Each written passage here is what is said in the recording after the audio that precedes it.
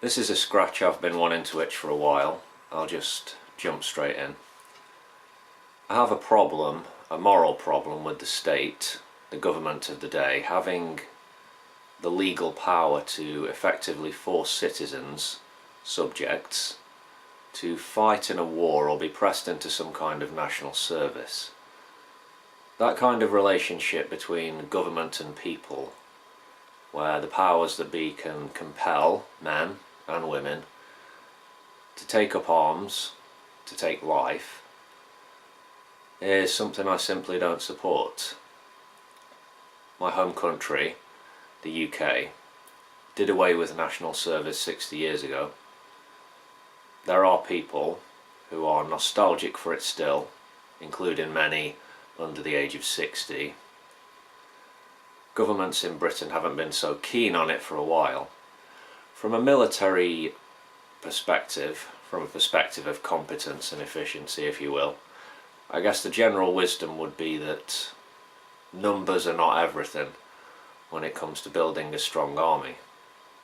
And having loads of poorly trained recruits of questionable motivation might not work out so well for a country in times of conflict. I would think that many in government and the military higher-ups subscribe to this view. Yeah.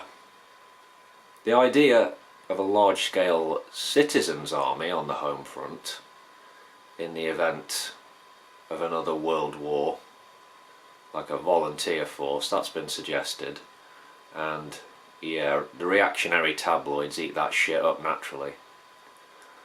But let's say the government had a change of heart caused by the outbreak of that much feared global conflict, and they did actually try to implement some form of conscription.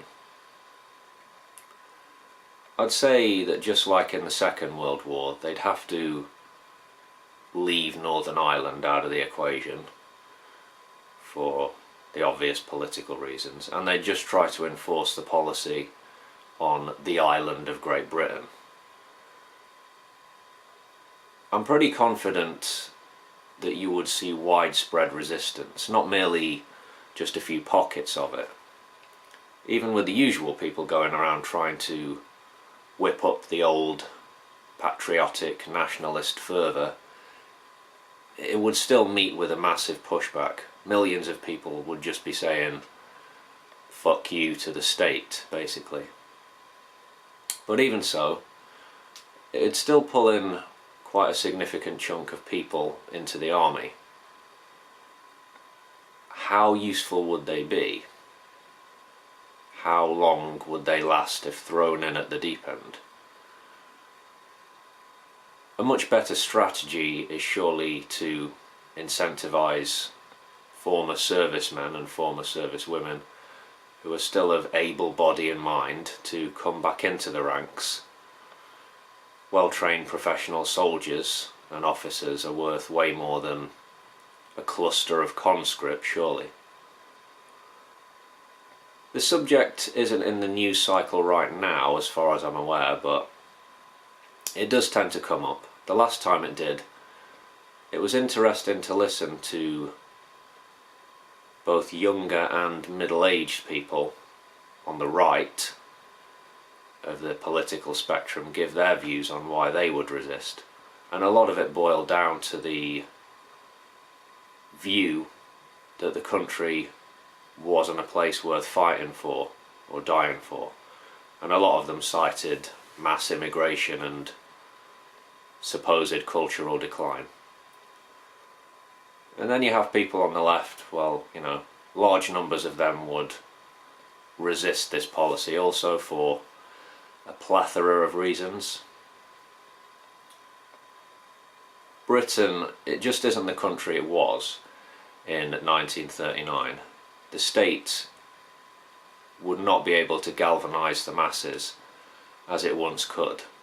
People are, simply speaking, much more individually minded than they were 80 odd years back. If there is a third world war, and of course it is very much a possibility, that conflict won't play out like the large-scale conflicts of the past. The destructive capacity that exists now should be reason enough to avoid a global war, avoid even contemplating it, take a hard pass on nuclear annihilation. But unfortunately, maybe in the end, tragically, we don't live in a sane world, do we? Anyway, let me know your thoughts in the comments, folks. Where do you stand on this one? I'll be interested to know what you got in your heads. Yeah. Speak to you later. Take it easy.